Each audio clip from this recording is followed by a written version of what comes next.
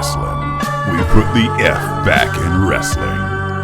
Elbow drops and lariats from the top rope. You can't cope. The F'N Wrassling podcast in the house. Now that's dope. Starcade and SummerSlam all rolled into one. Drop kick, sleeper holes, 1, 2, 3, done. Whole mics like Mean Gene or Gordon Soley. I'm Ricky the Dragon Steamboat with that Crockett trophy. So listen closely as we approach the final hour in an instant.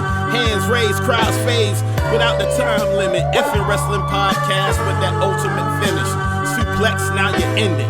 Yes, yes. Ladies and gentlemen, enjoy the show. Let's go. So yeah, man. So on the subject, you didn't want me to mention it, but as I kind of said it with a groan earlier. Right. So in a way, WWE is back to doing shows with audiences with the Thunderdome. Thunderdome, baby, and I'm a fan of it. I think it's neat. My favorite. So here's my thing. So I want to get off subject. I want to stay on its name. Okay. Because I really like the fact that Vince McMahon always steals from movies that he has not watched. How do you know he hasn't watched it? Or like, let's say he hasn't watched it, but he's just now getting around. Thunderdome. That's a cool concept. Because when did Mad Max and the Thunderdome come out? That's like early 90s. So just think about that. And like we're now at something like, all right, cool, Thunderdome. I mean, he's probably just waiting on a moment to be able to use it. Because he had this idea waiting, in like. I got my rare steak and my coffee that's just black, no creamer, and Thunderdome. I remember and I saw Mad Max and all that and happening, and I've been sitting on this idea for years. We're gonna break people in, right? And they're gonna watch us. Yeah, we're gonna get numbers. Linda, wake up. Linda, wake up. Wait, in years from now. All right, Linda, in years from now. There's gonna be panties down. There's gonna be this technology where we're just gonna be able to pipe people in. Yeah. And it's really gonna backfire because we're gonna see all these signs that say "Fire Velveteen Dream," and people that's falling been asleep, crazy. and people like showing photos of Chris Benoit, and much worse. Yeah, it's because been you pretty think you crazy. can control that stuff, and you can't. No, you can't. But so like just being from we work for a TV station. Yeah. We work for a TV station in the production side of it, everything. Need to go into details. From that standpoint of it, I totally respect it. Because man, could you know how many monitors? Like, could you imagine how hard and how intricate it is to set? Oh no, absolutely, dude. I mean, you mentioned how and just being the director, punching as a director, that's you've given me a new appreciation for the making of wrestling, what goes into how it gets televised. You never see the cameraman. Never. That's like one of those things. You never see a cameraman. They're like the ninjas of the wrestling world. They're just hopping around, swinging around, and they're all. And if you catch them, they almost know it. They almost pop up and go, "I'm in the shot," and they roll. Right, and then they'll duck or roll, and they will break their press damn the neck elevator to button. get out the shot. No. Right? Yeah.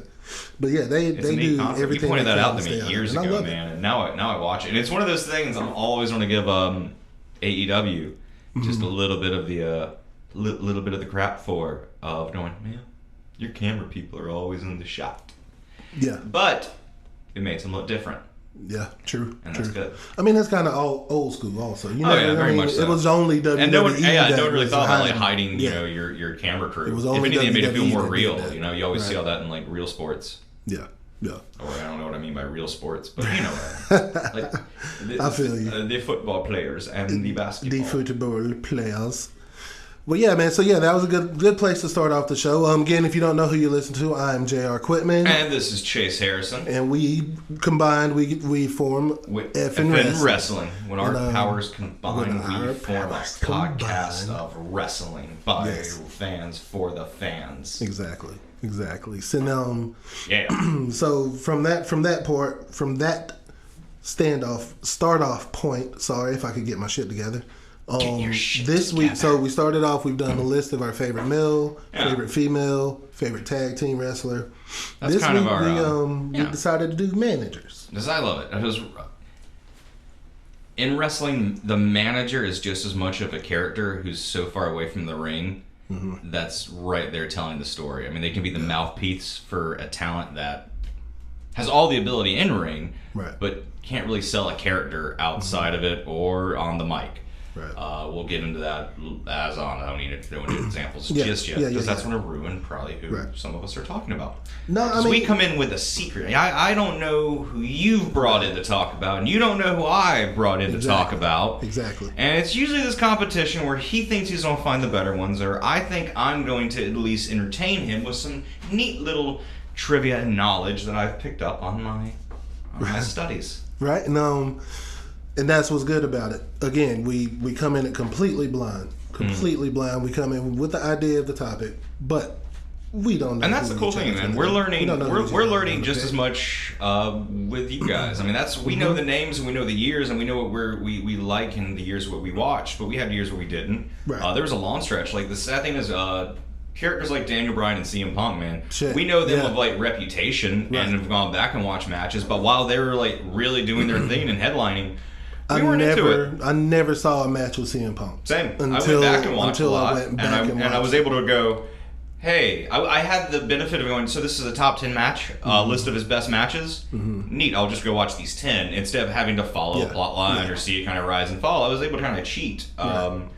So Power of technology, man. Power of technology, It's so man. We're crazy. very lucky It's so with crazy. that. So, and that's one thing that benefits with the podcast is we're able to sit there and learn. I've gotten into the indies, man. That is like the one thing I That's have what like. I want to so bad. Dude, wanna I have get rabbit into holed a lot into more, that. for sure. MLW has Yeah. just Yeah. fascinates the hell out of me. Hell I've yeah. gone back and watched like the first 6 episodes of Fusion, and just like the matches you have Pentagon down there with his brother Ray Phoenix, and they are That's just crazy. bashing the hell out of each other, just putting on some insane matches. Yeah. ACH, dude. He's a talent. Dude, That I didn't dude is really see a lot of talented, stuff man. as Jordan Miles in NXT. I mean, you could see his athleticism and shit like that in NXT. What he puts but on the man, that first dude- match on he can go, yeah. MLL Fusion is him versus Austin Aries, and Yeah. I'm quite the fan of Austin Aries. Like the guy has all the skill. He's a super like technician. He has the last chancery, which I think is one of my favorite submission moves. Yeah. He's a guy on the smaller scale of height, but that doesn't stop him from still being that world title badass. I mean, they really missed out on a strong talent with him in WWE, not letting him take the cruiserweight title at least sometime from Neville. I mean, that whole series that they did of Neville versus Austin Aries is one of my favorite when I was really getting back into WWE and really watching it more hardcore. As I was following Austin Aries from when he signed with NXT, because that was my real bread and butter for wrestling when I got back into it. Was Yeah. if NXT featured it, because I love the idea of this, like they felt like Empire Records. You know the movie Empire I Records? know the movie. Yeah. It's this it's that Empire Records sums up that perfect idea of like we're gonna save the rec center. It's like 90s. It just features a bunch of really cool 90s movies, music. It was shot here. Shot here in Wilmington. Right. That's right. neat. See, for you, spoiler alert, you're a white dude. Spoiler alert, I'm a black dude. That movie for you Yeah. in our community is called Breaking or Breaking 2 Electric Boogaloo. Yo, so I like that. It was kind of you seen it? Dude, it's seen called it? Breaking 2 It's the Electric shit. Boogaloo. It's the shit, How do right? you not watch? So yeah. that's like Save the Community Center. That's that movie compared to Empire Records. See, I respect that. Yeah. Hell You would yeah. dig it just off the score, though. I think you would like the music. Oh yeah? I mean, you have better taste in music than I do, so of course you would. No, I can't say all that. I just might have you more do. of I'm a not- more of an open I'm not knowledge even, of the dude. I am different sitting genres here and of telling music you. type deal. You know what I mean? I got a very open mind when it comes to music. I like Very the open mind. synthesizer Well, with everything, quite a yeah. lot, man. That's just trying to that like just crashes the plane right there. But that's getting off the subject of effing wrestling. You know what? And that happens every once in a while. It happens, man. Because It happens. it's great. Yeah. So Who went first? I don't remember. I think you went first last week. I was gonna see if you wanted to go first this week. Okay. So I have mine, but I would like. You want to start so? I got some honorable mentions, of course. I Okay, mean, we'll yeah, mention them later. Do you want to start with those or do Yeah, I our have a few list honorable first? mentions and where I then- don't have like the full details that I wanted to Yeah, run, yeah, but don't I have have a lot some of honorable details, mentions most right? definitely. Yeah. Okay. You go ahead, man. So these are. Hey, that was a sound effect. There we go. Honorable mentions. So my first honorable mention will be What you got? Bill Alfonso. Okay. Familiar? I know the name. I know the whistle, name, dude. The damn whistle from RVD in the ECW. He was the Oh, dude, I'm manager drawing a of blank on this ECW. guy. Honestly, I know he that always name. blew a whistle. It was so damn annoying, but he just He Oh, got he was over like how to be a Sabu heel. and Rob Van Dam. Is Yes, that okay? yes, That's yes, where yes. I know. Okay, I've seen Yeah. the photos of him. I Oh know my God. so little of them, but The fucking whistle You're right, was yeah. just so damn annoying, and he would just drive the opponents crazy and just get in their heads and shit. I loved Bill Alfonso when I got into ECW. all right, So that's my first honorable mention. dude, absolutely. First honorable mention. I have no beat. There we are. That was a little bit better. I'll say A little that's- bit better. I'll say Don't that's do a that. redemption. So my first honorable mention will be Paul Ellering. Honorable mention. Okay. Honorable mention. Paul Ellering did not make my 5, but mine either. So yes. So right he's there, definitely on the because honorable mention list for he sure. pretty much is the guy who 100%. handled and brought around the Road Warriors. Right. The great, I mean, we already agreed. When in our episode, if you haven't Mm-hmm. listened to, you should listen to it. It's our first. In our tag team episode, Yep. the Road Warriors were both our favorite team. Right. So for that alone, Hell yeah.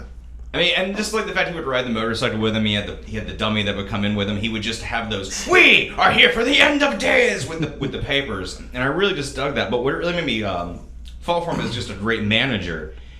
Again, NXT is just that Right. federation. I think you can go back and from like 2015 to about the start of 2017 had just some great television and Yeah. great wrestling, Yeah. from just Great their wrestling. weekly series to their takeovers.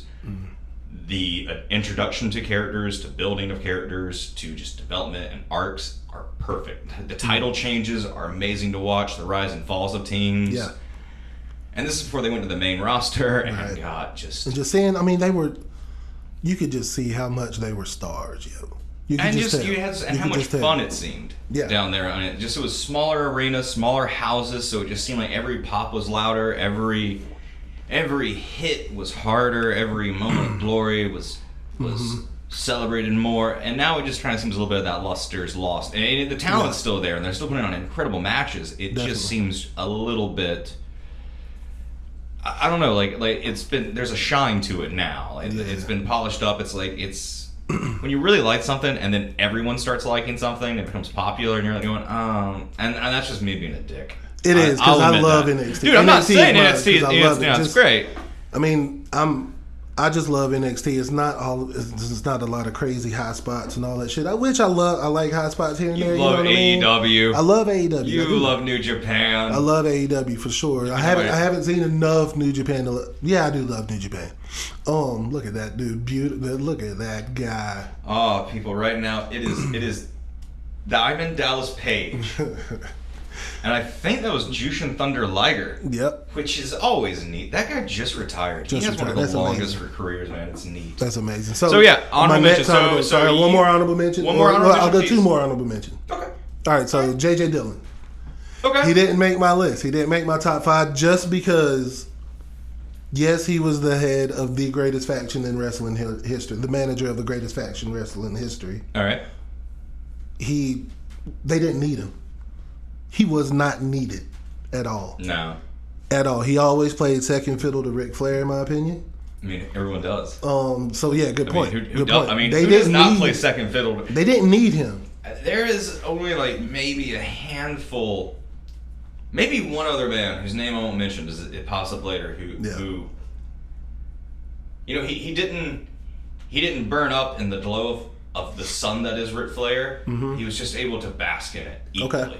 Okay. And we'll go into that a little bit later. So that's your honorable mention? I'm gonna do my honorable mention because he did not make my list, but I think Right. he's a prevalent role in wrestling if you whenever you get into it. WWF and WCW. He actually wrote, interesting enough, a lot of the entrance music. It's the mouth of the South, Jimmy Hart. Okay. Did not make my 5. Right. He's a neat character. He's always fun, loud, exuberant jackets, the megaphone. Yeah, baby. That hair, the pomp. Just the name alone, the mouth of the Yeah, South South, is a Jimmy great. Hart. That's a great name. Was always It's a great heel. name, yeah. Always a Always a heel heel, except manager. for Except for Hulk Hogan. Yeah. And I always thought that was weird. Like, you'd have moments where he would, like, walk out with the heels and then turn his jacket inside out, and then his Hulk Hogan, he would walk out with them, and it was just this, okay, so you're like the personal good manager for this guy, but you're just bad all the way around? Right. Neat. But when he would use the megaphone was his a big voice deal. alone. Yeah, baby, it's But the also mouth of the the hit, South, he Jimmy would Hart. use it in the matches. You know what I mean? Yeah. And get some wins and all that shit. I mean, I mean, that's how a We'll lot see of if he people made won. my list. We'll see if he made. My I'm excited. Let's see. And plus, I mean, just he was a hit. All right. So look. Let's do this. Oh, no more honorable mentions. We're not going to go into it. Is this it? Is it war? Is it war? Let's just go right into it. And my number 5 is Jimmy Hart. Okay, cool. I respect that. Just Yeah, let's because just of go that. into He that. was the mouth of We're the already South, talking- Jimmy Hart. He was a great You know what I manager mean? for He, it. His Nasty Boys run is one of the things I'm really prevalent. Nasty I really Boys run was remember. great, but my favorite is the Hart Foundation. Oh yeah. When he was with the Hart Foundation, Yeah. that shit was just great. When the Hart Foundation was real heel and they would do heel shit, Yeah. and Jimmy Hart would take over and do some heel shit too. See, That was my shit. That's I one of my favorite love things Jimmy Hart back then. about wrestling and because when I was growing up, I watched a lot of it from VHSs, watching pay-per-view events from Yeah. Coliseum home videos, and I would just go to my local video store, which was Video One, that had this great deal of 5 movies for 5 days for $5, and I would just rent 5 wrestling videos. Nothing wrong with that. But I was so young, I didn't quite get what a timeline or continuity or what years meant or anything. So I was just kind of watching things out of order. So sometimes I didn't quite wrap my brain around, well, wait, why is Shawn Michaels world champion right now? But I just watched this other video at a later date, and in my head, going, oh no, I watched this one. I watched WrestleMania 12 last week. Now I'm going to watch WrestleMania 6. Not really getting, they're not like following one another well. Right. Just to go, wait, why is he a tag team with this guy named Marty Jannetty? Why is he... Oh, how the mighty have fallen. Right. Definitely. But yeah, Jimmy Hart. Dude, Yeah, Jimmy Hart. That's my number 5. And what's crazy is I had him slash with somebody else. Oh yeah. Oh, is this the but first I'll tie? mention that. Is this a tie? No, just Not, because. so it's not okay. Not our first official tie. No, I'm looking forward to that ever happens. I want to, but no, I'll put him at number 5.5. 5.5. All right, he was going to be my next honorable mention, Okay. but I'm not going to go there because just go ahead with your number 5. Oh, my number 5. So my number 5, I kind of just. Went with a simple one. He's kind of, I think, recently got released from the WWE. But he's a really prevalent personality. It's Mr. Paul Heyman. Number 5? Number 5. Okay. It's a We'll see. growing. We'll We'll see. Paul Heyman. He's a manager from Brock Lesnar, the Beast. I mean, Brock Lesnar's a character I've raged against for a few years just because, if he wants hated to him work, for a little while, yeah. he'll work. His match with AJ Styles, his stuff with Roman Reigns, his stuff with Seth Rollins, when he wants to. When he wants to go, he'll go. He'll work. He'll go. get His all shit is tomato good when he faced goes. and work. Yeah. When he doesn't want to, it's suplex, F5, 1, 2, 3. I'm going home. Right, but shit, that's Vince's fault, man. Vince. It's Vince's I would fault. sign He that pays him. contract He too does. if I was Who him. wouldn't? Who would not take And that's what it took me I'd a take while that to deal. get into Brock because of that. I didn't understand it at first. Like this dude. You know what really killed me with Brock? This dude has a contract that he doesn't have to do all this shit, so he's doing what his contract says. When And Brock shit, I finally was got cool out with of the it. world title picture and he won the Money in the Bank, Yeah, and he would and come he out started coming dancing, out dancing and shit. and I just kind of went, you know what, Brock? I take back half the negative things I ever said about him Right. because you're He doing was having character fun. stuff. He was having fun, And it's so weird that like the smallest thing out of him is enough to do character stuff. So that's gonna be off subject Yeah. because Paul Heyman is actually the mouthpiece. I mean, I don't ever think Brock Lesnar speaks 100%. all too much. No, he and you doesn't. just come him out He of doesn't. like going, I Yeah, no, and you have him just come out and sells him every time of like the reigning, defending, conquering, the beast incarnate, Brock Lesnar. I am the advocate for Brock Lesnar, and he's done this for like multiple characters. Like he tried to do this with Cesaro, it didn't take off. He was That's unfortunate because Cesaro is like shit. he just that's a whole other. Oh, that's gonna be a fun episode. We'll talk about that. That's a teaser, folks. A brilliant idea just occurred right as you're listening. Isn't that neat? Isn't What you that be got? like your feel? What you Don't got? you feel like a part of that? I'm not gonna mention it. It's a surprise. I'm gonna tell you more now. Okay. Come on. All right. So Cesaro, CM Punk, and CM Punk. I mean, for someone didn't who know that. has as I much of didn't a know mouth, they had a good, I think, tight relationship from Chicago and shit like that. Okay. I don't know. We weren't really watching those at that time, but I just know we came out with him. He also was assigned to Curtis Axel, which was like a weird. That's crazy. I wish that would have worked. I wish that would have worked just because, man, I like Mr. Perfect a lot. And I wish that Just would have call worked. I him wanted to feel good for his Curtis son. Henning. Axel Henning. Let him have his Yeah, dad's just let last him roll name with and it. run. Let him roll with Look, it. Cody Rhodes rode with Cody Rhodes, and Randy Orton rolled with Randy Orton, and Ted DiBiase Jr. was Ted DiBiase Jr. Why did this guy not the give me hell not? like Curtis Henning, Axel, the anything with the last name Henning? But it was like it's a combination of his like grandfather and his his like dad. Yeah. Curtis, his dad, and then like Axel Axel, yeah. is his grandfather was like the Axe Something. Henning or something like that. So I don't have a lot. I just always like Paul Heyman. I loved ECW as well. He founded it. I really think he's a smart mind for the business. I think it's a little dated at times. His idea for female wrestlers is a little behind the cue. His idea of just trying to build in characters off of mystery and a lot of attacks is kind of relegated to that Vince Russo, Eric Bischoff time period, which he was, ECW was at its height. Right. So but he also wanted to. He also, which is where spoiler. All right, so my number 4 is Paul Heyman. Okay. So it'll tie.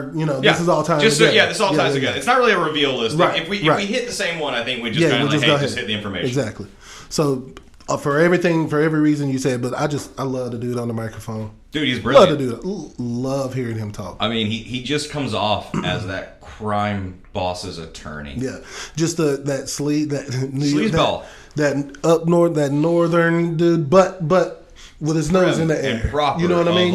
Yeah. Look, but he's the best shit talker. I'm a messenger. Right. You're not going to like a single word I have to say. He's the definition of don't shoot the messenger. Yeah. Which is why when Samoa Joe shot the messenger in that one Raw, and he just kind of like corners him, but Samoa Joe's such this neat Samoan submission machine badass that he just trying to slowly walks this portly, but he's defenseless, loud and blowhard into a corner and just puts his hand on his shoulder in this very intimidating way and just looks him in the eyes and goes, okay, look, here's how it's going to go down. I'm going to choke you out. It's going to be fine, though. Right. And Paul Heyman sold it. He was able to get in there and take it. And with his history with ECW, he founded his own company and kept it going. Definitely. And he was the shit. That was... ECW was the shit. And a little bit... I wanted to give him a little bit of credit for that. You know what I mean? Also, but in WCW, I'll never forget, he had a wrestling match. Paulie Dangerously had a wrestling match with Jim Cornette. And God, I bet that wasn't good.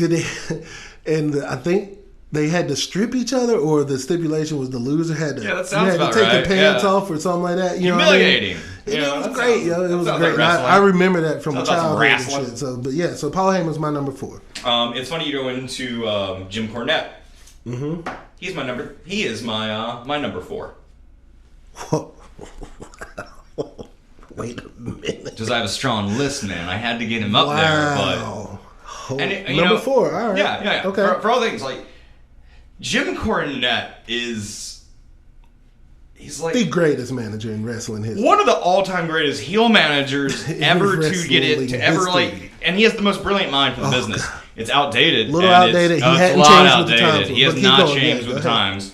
But wow. I mean, I'm gonna leave you to list all the tag teams he's managed. I mean, I don't list them all. Just that, I mean, there was Yokozuna and Owen Hart. There's the British Bulldog up there, and like tag team champions. I mean, he had Camp Cornette then. Camp Cornette. I love it when a heel manager goes, "This is my faction. Yeah. This is my group. I'm the representative for everybody here." And Jim Cornette was just one of those best, but it's his voice, man. He just has this high-pitched Southern voice. He gets really angry at everybody. And he would cuss a fan out. No, I have no idea. Loved it. Man, he would make a drill sergeant blush. Yeah. With the rants and raves he goes on. Mm-hmm. I mean, it is just pure fire. Beautiful, and beautiful. Check his podcast out. Yeah, listen to that, man. The Cornette Experience, I think it's called. I think so. Please don't. If that's not it, we're sorry. Yeah, sorry, but if Jim Cornette wants to call us and yell at us, please. I'll take it. That'd be neat. Just search Jim Cornette podcast. Matter of fact, tell me we got the name wrong and make it right. That's just cool. Definitely. But no, I totally agree. He would come out in that red jacket, always had the tennis racket, smack people, and just him getting hit with it was the sell, man. He was so good. Beautiful mind for the business. What was the tag team he managed for the longest time? Midnight Express. That's right. They were my number 3 tag team, I believe. I believe so, yeah. Yes. Loved Midnight Express and Jim Cornette. No, dude, absolutely. Just I'll never mind. No. All right, so that was your number 4. That was your number 4. So my number 3 now, Paul Bearer.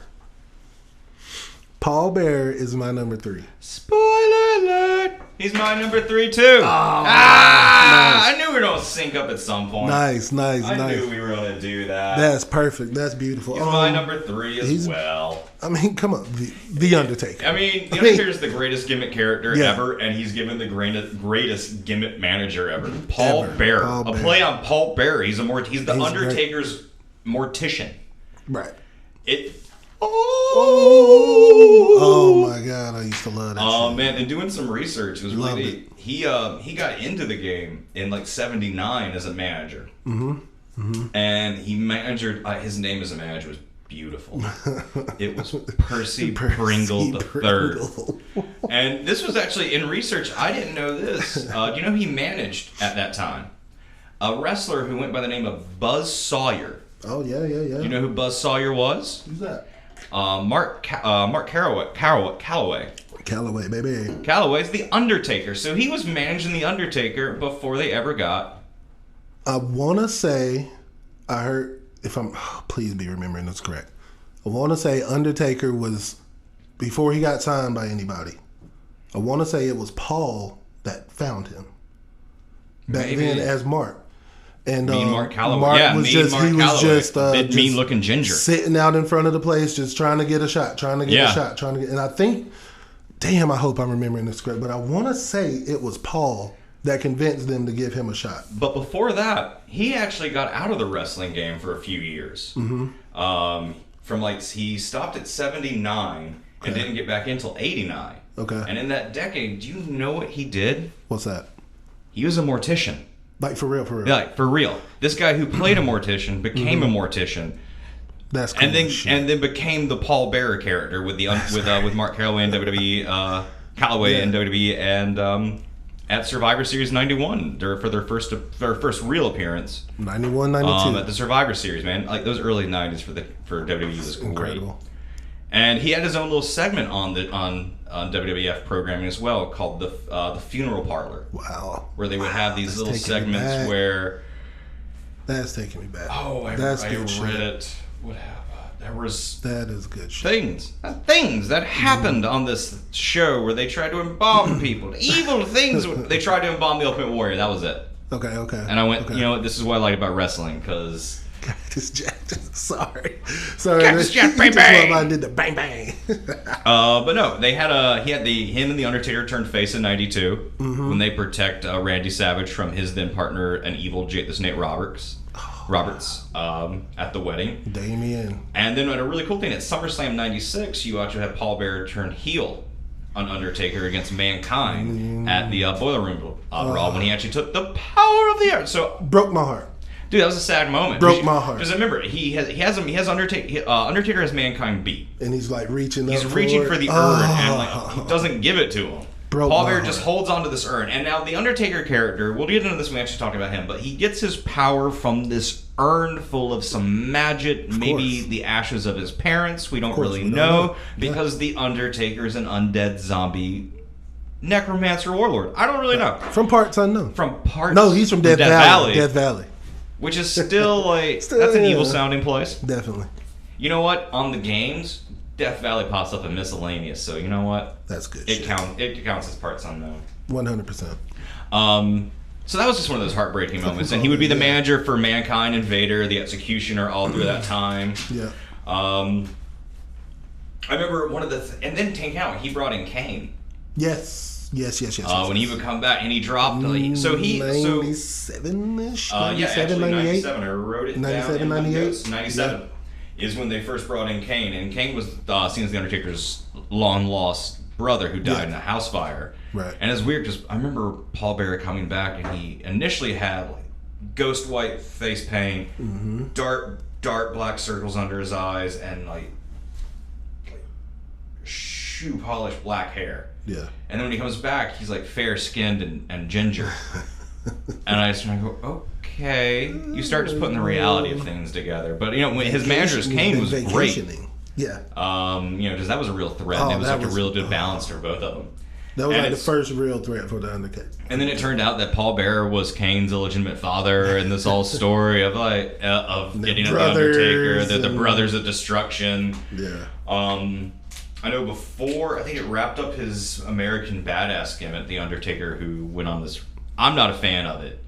This period of time where he would ride Harley Davidson, which is cool, and just be like, I'm an MMA fighter. I'm tough. I'm an American badass. Like, no, just be an undead ghoul. Come on. So right before he went back to that, he had a match with the Dudley Boys at the 04 WWE Great American Bash in a handicap match, where Damn. if he lost, Paul Bearer would be sealed in cement, Okay. and Undertaker won, and he walked over to let Paul Bearer out, but instead of letting him out, he covers him with cement.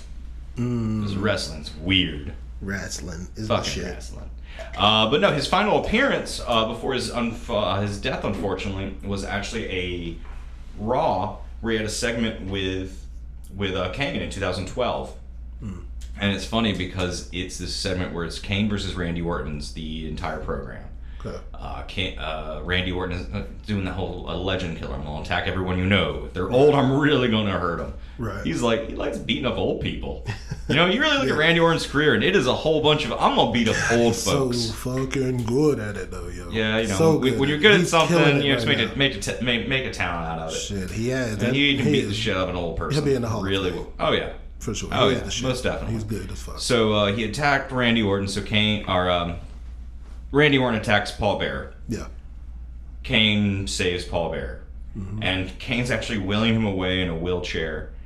And he just takes him into this freeze room going, I saved you for me. And it's this whole thing of oh, full circle. This guy's going to kill him. And it was the last appearance, so it kind of just felt like, hey, you brought in this monster, then you kind of unleashed it, and you kind of control the Kane character. Yeah. And I kind of really like that. It's unfortunately, and I think he made some smaller appearances with The Undertaker afterwards, actually. Probably. But I think that was one of his last official appearances that wasn't a special hey, Paul's in attendance with him. Okay. So yeah, for a lot of those reasons, and just being one of the first real gimmicky managers to get over, he's creepy. He was the shit. That voice. Hell yeah. Oh, the power of the urn. Yeah. He was great. Nah, he was the shit. He was the shit. Yeah. So all those reasons, I make Paul Bearer my third spot, and he's your third spot. He's my third too. And I think I always like it when we when we sync up. When we sync up and have the same ones, that's not bad at all. Yeah. All right, so this is where, for a little while, I struggled with my 1 and 2, but I just sat back and realized it's not a struggle. My number 1 is the greatest manager of all time. I've said it before. We're at number 1 yet? No, we're not number 2. No. We're on number 2. I got you. Okay. So my number 2 is Bobby the Brain Heenan. Oh, number 2. Yes. Number 2. The Heenan family. I mean, there's so many. I mean, there's so many. So I actually have the Brain as number 1. Okay. Because Heenan family, he's just a great commentator. Ric Flair, him as a commentator with Gorilla Monsoon at but the this Royal is a Rumble. manager's list. Yeah. Okay. That's what I'm saying. But you're bringing up the commentator. Because he did it all. Right. Okay. So he would even manage from the commentator because he played the heel up every time. Definitely, he was the heel. I mean, you could say heel commentator, and even would take the spot of that. But just the sheer fact, his commentator he was even the manager and ran the Heenan family as the commentator in '92 for the Royal Rumble. So when he's actually talking for Ric Flair, who comes in at number 3 and lasts an hour and wins the whole thing to become WWF World Heavyweight Champion, That's a great Royal Rumble. He's rooting. So when you actually hear this isn't fair to Ric Flair, how is this fair to Ric Flair? Yeah. It's a manager talking. So yeah, I'm gonna loop in his entire career into this. Okay. Because he was always that perfect. His personality moved jobs. Right. So let me go. So he's my number 2. My number 2. Yeah. So I mean, just the names alone that and it goes back from his NWA days, AWA days. I mean, Blackjack Mulligan, just some of the names. Nick Bockwinkel, Mr. Austin Wonderful. Idol.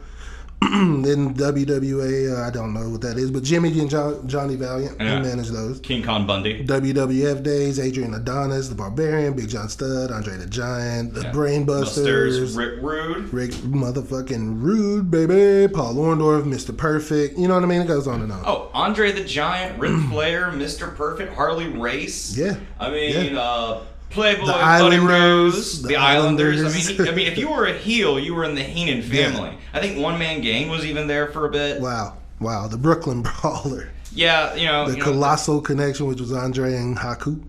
That's actually one of the. I actually good have that shit. down as a reference to make because they have a match at WrestleMania 6, which is a really cool one, and they come in as champions, and it's them versus Demolition, Smash and Axe, and Demolition, if for those listening, are a WWF Not rip-off. Well, they're a rip-off. It's one of those weird things they were of how a different. rip-off, Yeah. they were a take on the Road Warriors. Right. They wear face paint. They come in wearing like leather studs and masks. I mean, they are there to look that gimmick. But in their own right, they're just as good a team. Yeah. Up until recently, until New Day, they were the longest reigning tag team champions in the company. Right. And Fucking New Day. I think they're still working too. No way. I want to say, Really? I Wow, want to that's say up awesome. until the last couple of years, they're still doing indie shows. So Vote for them. That's you know, amazing. round of applause to That's those good guys. shit, man. That's but cool it's as hell. it's WrestleMania 6. It's Colossal Connection, Andre the Giant and Haku versus Demolition. Demolition wins.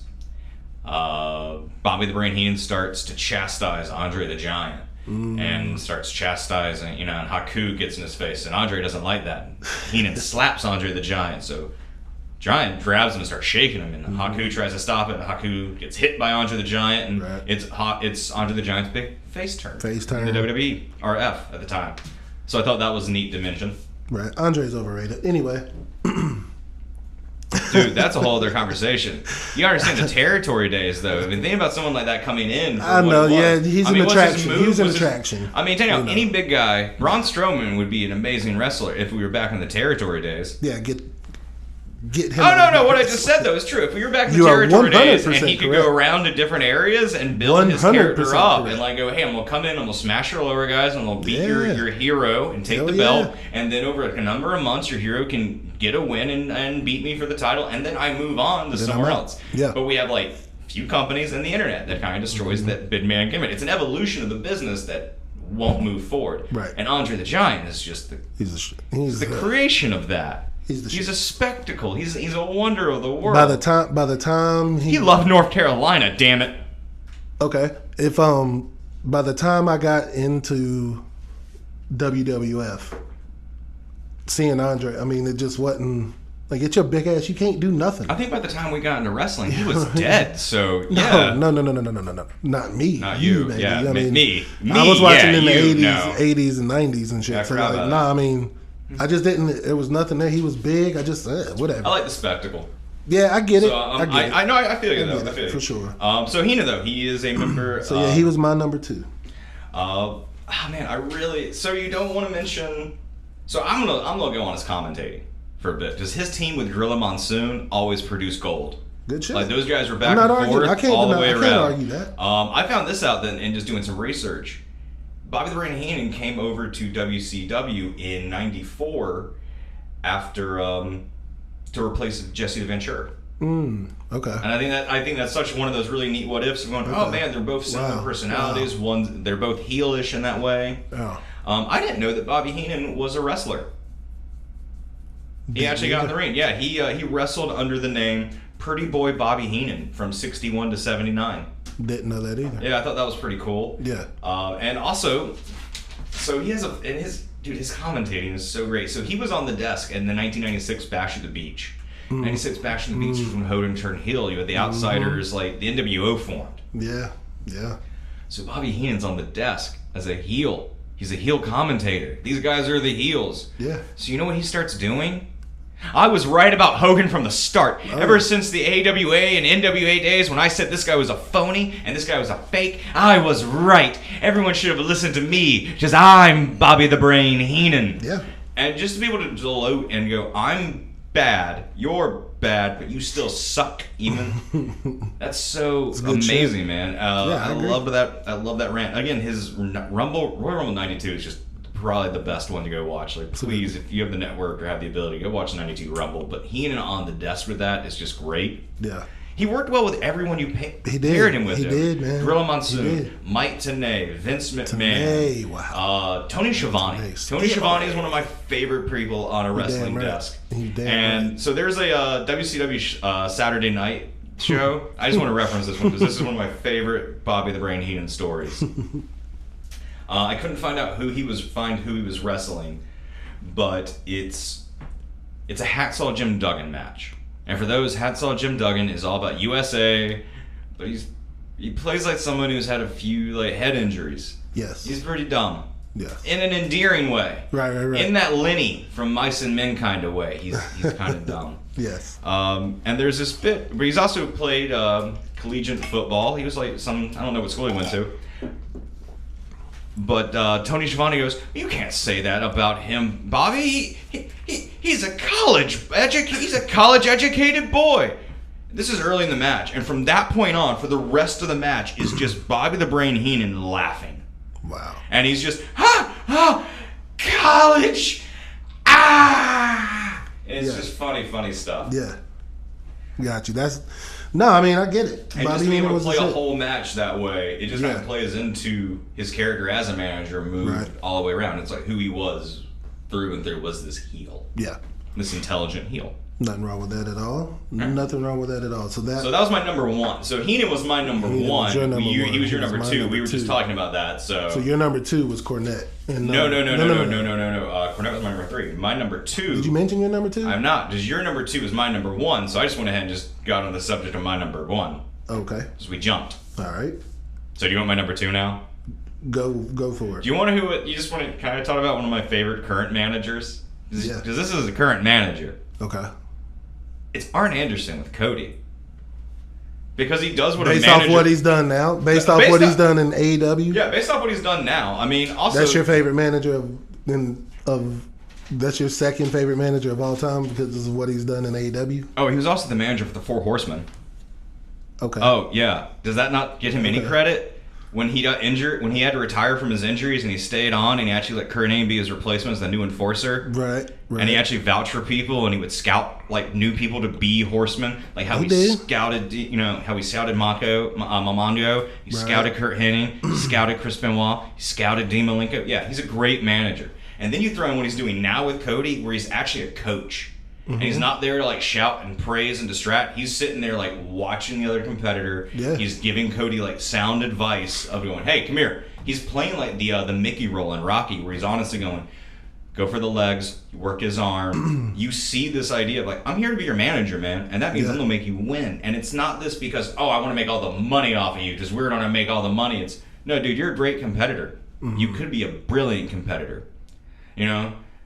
Your dad's Dusty Rhodes. You have a lot to overcome before people even consider you a good wrestler. Yeah. And I think you get a lot of that out of him.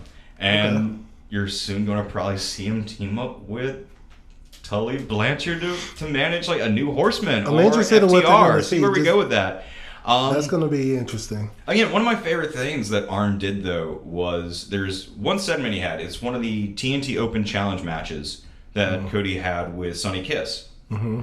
And in that, Cody was clearly arrogant during it. He would like knock him down and do push-ups, and that got Arn irritated. He was mad as hell. And then the segment afterwards, he went, this is no offense to Sonny Kiss, but that match should have been over in 5 minutes. Mm-hmm. Why wasn't it? You're supposed to be this champion. You're supposed to be this great wrestler. No offense to that wrestler, but your opponent. That match shouldn't have gone on that long. And it's instead of like being his like voice of I'm gonna feed your ego, it's not his yes man. It's not his yes man. He's sitting there going, you can be better. Right. And I really appreciate that. And especially I was gonna cover this in honorable mention. I love what AEW does with their veterans of wrestling. Just Jake Roberts coming in as a manager for Lance Archer. It's not who I would have put him with, and it's not how I would have wanted him in there. Right. But I really like him in this role. Yeah. I'm quite the fan. My thing with it all, man, with that, I mean, are they going to bring back a fucking legend for every damn body? They have so many legends in there now. And there's so many wrestlers of age. I mean, but name me a better someone better to bring in as like a manager though. I'm not saying someone that. who I'm knows just saying the game. But damn, how many? How many people need managers at all in general though? Lot. And there's valets which also are managers in a way. You had Butcher and Blake that came out with the Bunny, which is stupid. Where the hell did she she just stop being their manager? Well, I think that's a long game though because you're seeing that like man. They just it's called the long story, JR. It's not done in an episode or a week. It's actually told. See, it's like New Japan, man. They tell a story over a couple of years. If it's one of those things where she's infiltrating, like QT Marshall, I think it could be there. But what the fuck is she gonna do? What the hell is What kind of threat is QT Marshall? None, but it's not messing in the major. What kind of threat is Dustin Rhodes? So what the fuck is she doing over there? Like that? What, man? It's just over there. It doesn't need to be. It doesn't need to be the main story. It just needs to be as a. It just makes no sense to me. But okay. Whatever. It doesn't even Makes make no sense. sense. For like a C-level story, I'm A-okay with it. And And these are all it's C-level weird, players. Like, man. is Dustin Rhodes ever going to be world champion of AEW? No. Could he be TV champion? Possibly. But they just, man, they I'm not saying he's going to win it Cody now. had to have him a belt. No, why not? Yeah, Cody's I one mean, of I the know, most it's over, fine. Cody's one of the most Shit, over that faces was bad. right now. Like, Yeah. find me a better face. Like a legit over face right now. Name me one guy in WWE who's a face like Cody's a face. Name me another face in general who brings the tough. level that Cody does. Yeah, no, I mean, He does. He's not- right now. Cody Rhodes is the most over but face. I think people are getting sick of him also. Yeah, because he also plays, and I think he knows that he plays a great heel. He's going away for months. He's going to work on the show Heels on Stars. Right. So I really think there's just going to be. I think he's going to come back, and I really like what they do over there. I like that Taz came in and has his own like organization. Faction. That's another thing. There's 18 factions in AEW Who doesn't too. love factions though? I mean, I like factions. I like factions. I like it. Well, I think but that's the thing though. You have the right. they just people teaming up. oversaturate everything. The high spots, the fucking everything. Well, no, it's broken up of like very. You have Cody Rhodes. Not to harp on him, but he is just one of those wrestlers I'm really over with right now. I just like his story from leaving to Ring of Honor. That's what we talked about in our last episode. He does that traditional WCW, logical, long story, bust open, scream in the corner of the ring, like really emotional story.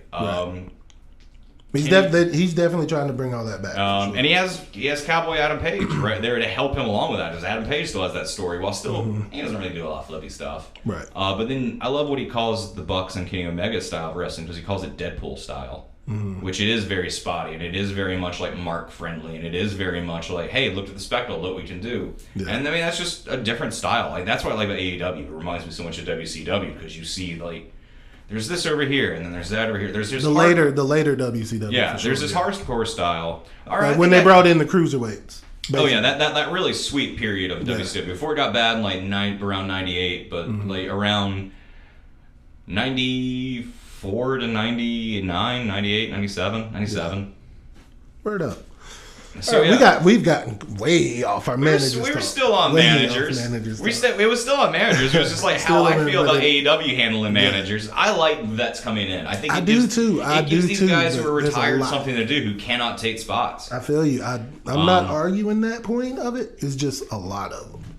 It's just a lot of them. That's all. It hasn't reached a level. But I with like the, managers. I've always liked managers, especially the heel managers. You know what I mean? I've always liked managers. And if you bring in the smart one, like Jake the Snake Roberts as a manager makes a lot of sense. He was one of those like cerebral assassins. He's got a great wrestlers. mind. He has a great He's a mind. great You're just kind of mind. going, hey man, I'm navigating it. Are they handling it right? No, there's more things I'd like to see them do with it. But I think they're handling Arn Anderson correctly. I think Taz he's playing like a similar role as MVP in a way, doing the Hurt Business.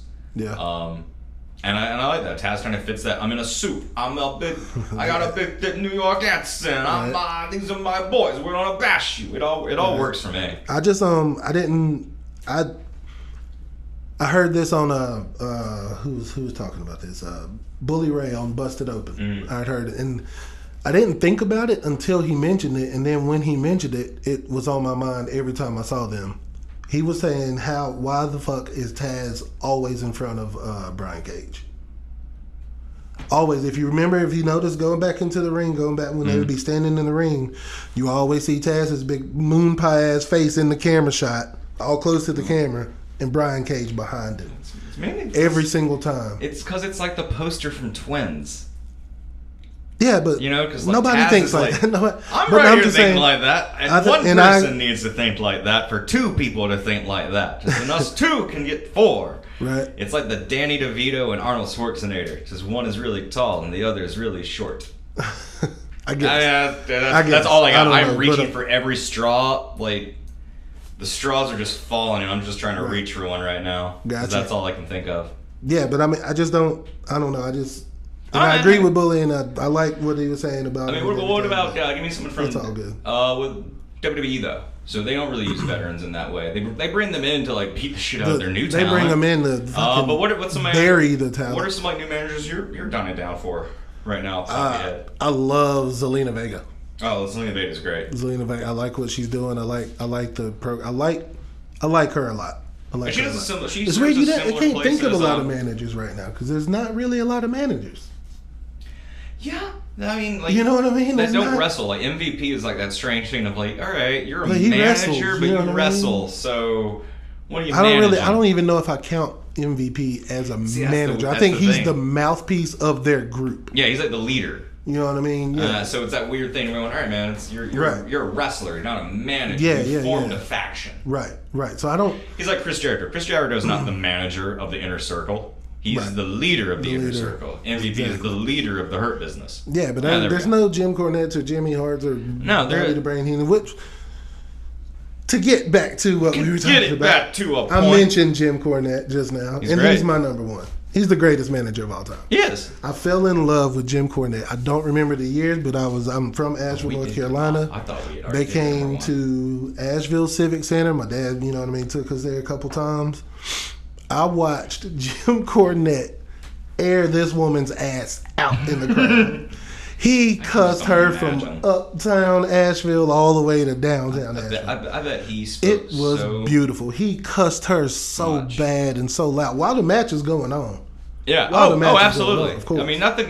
This man could like multitask like no And one's business. that did it for me. Like seeing him, that did it for me as far as a manager. Was I he can't wearing think that he was jacket wearing. He was with wearing the, a pink. I'll never forget. It was the like pink salmon kind of color jacket. Yeah. With the white tie, red shirt up. Not red. It might have been purple. No. It was red. Red shirt underneath it. White shoes. Good combo. It was beautiful. It's a lovely combo. It was beautiful, and he cussed her ass out. Then all of the shit he did in the WCW, of course, with the Midnight Express, which is one of the greatest tag teams of all time. Absolutely. Beautiful Bobby Eaton, baby. And that's just from the WCW. But then we mentioned already the Camp Cornette and all that stuff, the Vader, the British Bulldog, Owen Hart, everybody in WWF. Yeah. And he was just such an impact. Just hearing him on the microphone, just during the interviews, he always brought the attention to the Midnight Express, who weren't the best wrestlers. No. I mean, Bobby Eaton could work, Stan Lane could work, but they were weren't just sold. exactly. I mean, like, they were just good as hell, and Jim Cornette got them sometimes you don't have over to be the every best worker time. if you can just have like if your gimmick can be sold well enough to people and you can just kind of carry a match, Right. You can get over You're good. wrestling. You can be Exactly. the top draw. Look at Hulk Hogan. That man can barely. I'm not trying to. He can barely I'm do not a saying damn he headlock. can't wrestle because I can't wrestle. Yeah. So he can wrestle. Everything he did He's was just ugly. not like. His reputation far exceeds his skill. Let's just put it that way. He brought so many eyes to the product. Oh, absolutely. I will always He's- respect he- him for he's- that, but he is one of the worst wrestlers in the ring of all time. Absolutely. Can't stand him for that. Absolutely. It's such a boring Yeah, gimmick. like I have to respect what he did for the business. Have to. Absolutely. Yeah. I mean, you have to respect that. I mean, yeah. I mean, he's the But figurehead. damn, He's a the leg drop. Superman. I mean, I remember being a kid I remember like, being and like impressed when I a was a leg kid. drop. Like he's winning these with a leg drop. It looked cool Really? at the time, I guess. I don't know. I don't know, man. I just I don't couldn't. know. I couldn't. I never was a fan of Hulk Hogan. So just real quick. Yeah, recap. Who's your list? Or a recap of my list. For number 5, I had Paul Heyman. Yeah. And for number 4, I had Jim Cornette. Mm-hmm. For number 3, we both had Paul Bearer. Yep. Which was a lot of fun. That's awesome. For number 2, I had Arn Anderson, which when you listen to this is told out of order because we both agreed on your number, my number 1 and your number 2. Mm-hmm. Bobby the Brain Heenan was my number 1. And the modern guy who's redefining what wrestling is to me these days is Arn Anderson, the Enforcer. Interesting. With still a sick-ass spine buster. It's beautiful. So It's work of beautiful. art. The only other spine buster, well, he'll have the best one, but Carl Anderson shouts Carl out, Anderson has a great beautiful spine spine buster. And so my 5 was number 5 was Jimmy Hart, number 4 Paul Heyman, number 3 Paul Bearer, number 2 Bobby Heenan, and number 1 the great Jim Cornette. Good list. Not a bad list. Like we got some. I respect both we these had some. lists. We Yeah, I kind of question the Arn Anderson one, but a little bit. I understand I it. just like Maybe for- not so high. For Worst Story, and I don't know. But I get it. It I just get makes it feel so much more real to me because Yeah. of how he It's treats still it. real to It's me, still real damn to it. me, damn it. Yeah. But no, man, respectable list Okay. all the way around. That's a fun episode, man. Another fine episode right there. Yeah, I want that's to a take a lot of second fun. before we wrap up though, Yeah. and do a little in the news of wrestling. What's up? Bum. In the news of wrestling, F'N Wrassling would like to send good vibes and well wishes to Karrion Kross, who suffered a terrible shoulder separation at NXT 30 this past weekend in his match against Keith Lee. Unfortunate, man. It really is, dude. I've seen so little of his stuff as me Killer too. Cross But I've liked in it. I've Impact, liked but it's a everything solid I've gimmick. seen. He's like a hitman. He just gives people these Yeah. cards and he's going to mess them up. Good shit. His girlfriend, Scarlett Boudoir, is Their little stunning and plays entrance her. is Their entrance is top beautiful. notch. I mean, their entrance alone makes them a star. Yeah. I mean, just when she walks to the ring and hands people an hourglass a few Mm-hmm. times almost up and just like seeks away, it's so cool. So, Yeah. unfortunately, he was injured. He relinquished the title last night on NXT. Yeah. And I know next week we're getting a 60-minute long I'm Iron excited Man about match this between shit. Johnny Gargano, Adam Cole, Finn Balor, and Tommaso Ciampa The Black for the Guy. world title. That's going to be impressive. So it's one of those, like, it's really unfortunate because four of the best people in the company are about to go off for the big title. Right. And Who do you have? Who would you like to see win it? If you had to I pick want one, Finn. I want Finn. dude, I'm right there with you. I really I like to want see Finn Finn to win come it. back and It's do like a full circle. Like he deserves it. Like from the He was the best. When he went up to and got the Universal Yeah. for the first time and got hurt. Blah blah blah. It's kind of And I like that part. I was like with- that dude, story To of me, it. Finn Balor's the best NXT champion there's been. Finn Balor's He the shit. he was champion when I got Balor's the into it. He's the one who made that belt popular to me. And for him to come back and do it as like that full Prince Devon heel run would be really sick. So I'd be Yeah. down for that. No, yeah, that's not bad at all. So I'm sorry. No, you mentioned Keith Lee and Killer Cross. WWE, don't fuck Keith Lee up. You're Please. trying to fuck him up so bad, man. Save Keith Lee. From one episode, so Keith Lee got called up after the match. Which is a mistake. They changed his music. I've read about that. They changed his fucking outfit. It's so bad, yo. It's not Shorty G bad. It's not that bad. Is it but still in your wrestling, or has it's still in, no. has it got- Well, has it got- this new shit that they're doing with Keith Lee, It get needs the to fuck get out of my wrestling. Get out of my wrestling Yeah. for sure. But Keith Lee tweeted out that it's all slow down, it's under control. You know what I mean? Just take your time. And they've changed his music, I believe, for this weekend's. Good. Which is fucking weird. They have a pay-per-view a week after SummerSlam. Payback. Weird. Which really makes you go, hey man, this show means nothing. Like what the hell? WWE I just don't. Well, know Roman that. Reigns is coming back. Roman Reigns is back, which is Right. cool because man, It is cool. I like respect Roman Reigns. Me and you, when we first got big into it, we were just bashing the Get the shit hell out of that wrestling guy. when we first And got now it's just kind of like everyone else is going, Yeah. oh, you got sick for real. Right, but I started to learn to respect his work in the ring. Dude, yeah, He's a damn he's a solid workhorse. face. He's a solid worker, workhorse. man. I'm really excited to see him be a heel if that's what they're going I to hope with he it. does. I hope he Dude, does change so bad, man. change his ring Change attire. the music. Take the damn armor off. Take the damn Take armor the off. armor off. Even if he change leaves, the Shield music. even if he keeps the tactical pants, Fine he with that. loses Just lose that. the armor. It'll be real. I've heard rumors that he's the leader of The Retribution. which would be neat. Like if he forms a faction and he comes back, and it's the whole gimmick of, oh, now that I'm back, you guys are cheering me. Yeah. To hell with all of you. To hell with all of this. Right. And if he formed it with, Dominic Dijakovic. Mia Yim, Tommaso Ciampa as like his lieutenant. It would be cool. I'd be It down would for cool. that. I would just like to see. I don't know if it's gonna. It would be cool. Definitely Yeah, would be cool. I just think don't. that's I how don't they know should- if. Yeah, I don't know think how that will. I mean, if it doesn't work out, whatever. but I think- Retribution. Get the F out of my wrestling. Yeah, it's I'm not, not going. feeling I'm not it. I'm not the biggest fan of where. Like, what the I'm hell are they- always up what for is- a long run and a surprise, but I just But, sit there going, what is this shit? Yo? we've seen this before. It's so bad. Like what the hell? Well, you know, they could book it right. Aces and eights for TNA. Yeah. Bully Ray's faction. One of the things they really did was they would expose members. Mm-hmm. And I think that'd be really neat, is if they grabbed one of the members and it's like a surprise twist of who it is. Like if it was Tommaso Ciampa, if it was Johnny Gargano, it's someone you I'd don't be really cool with expect. Tommaso Ciampa. And But I just don't want him to be in WWE because they'll fuck him up. yeah. We're called up to the main roster of WWE. So. Yeah, it's one of those weird distortions of is it a lateral? Yeah, no, Is it a left or I- right, or is it a It's step gonna up? mess you up. Just because I even will go back to say I wish Carl Anderson and them would have went down to NXT. I mean, I'm happy for them. They went to Impact and everything, but damn. Oh, dude.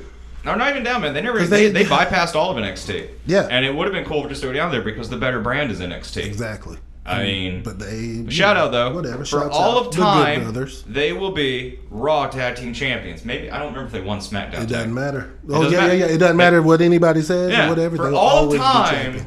Always. For this, Wikipedia and every one of the lists will Good for have them. them down as the WWE Tag Team Champions for Good Raw for the and Good Brothers. SmackDown. Good for the Good Brothers. Good for the Good Brothers. And speaking of some good brothers, it's good for us. I think, man, that was a good episode. I'm some proud of good us. lists, I'm some always good proud lists. of us. Good list. And it's so much fun. I mean, it's we so tune much in. fun. I mean, doing it's this, it's something to look forward to in the week. We hope you look Yeah. forward to it in the I week hope listening you listening to us. to it, and then we hope you like it for sure. Tell but your it's friends. just fun to talk about it. Yeah, Tell a friend, your a friends friend. to tell your friends. Definitely. Definitely. Yeah. So that's episode 5, 4. 4. Yeah. Oh, it's the Episode mini 4. one. We did Yeah. that's the mini episode of SummerSlam. And had technical difficulties, and it didn't air on all of our platforms. We were able to just put it on YouTube, so you can check that out. We're on new. YouTube. Exactly. We're figuring this out. We're learning this all We're- together, y'all. This And is we're a learning it with y'all. experience for you and us. Definitely. And we'll do it again next week. They'll air. We'll have a new episode airing Friday night next week. This episode will air this Friday night everywhere. So tune in, Tune comment, in, share, like, subscribe, and all watch that good some, stuff. And you know what? Go treat yourself. Enjoy tune yourself this tune into weekend. some effing Definitely. wrestling. Hey, you know what, JR, I meant to tell you this earlier in the week and I forgot. Yeah. I follow New Japan Pro Wrestling on YouTube. Okay. They share Yeah. a free match every week. Every Sunday, it's a free match. Nice. You know what this Sunday's match was? What's that? Is Tetsuya Naito versus Tanahashi. Oh, come on. And it's this amazing high-flying So match guess what I'm between about to two do. great rivals, and it's a world of fun. It's like the debut of Evil, Nice. and they're fighting over the contract to go see who's going to main event at Wrestle Kingdom. It's a load That's of cool fun. as shit. You can watch it for free. It's 22 minutes. I recommend It that is. everyone out there go watch some effing F'N wrestling. Wrassling, baby. Thank y'all for listening, and we'll see y'all next week. See you next week.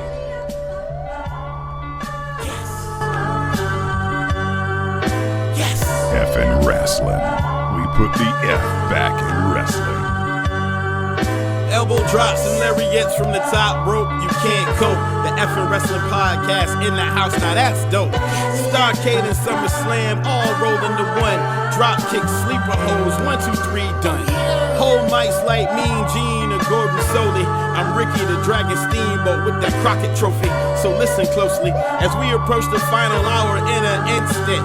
Hands raised, crowds phase without the time limit. F'N Wrassling podcast with that ultimate finish. Suplex, now you end it. Yes, yes. Ladies and gentlemen, enjoy the show. Let's go.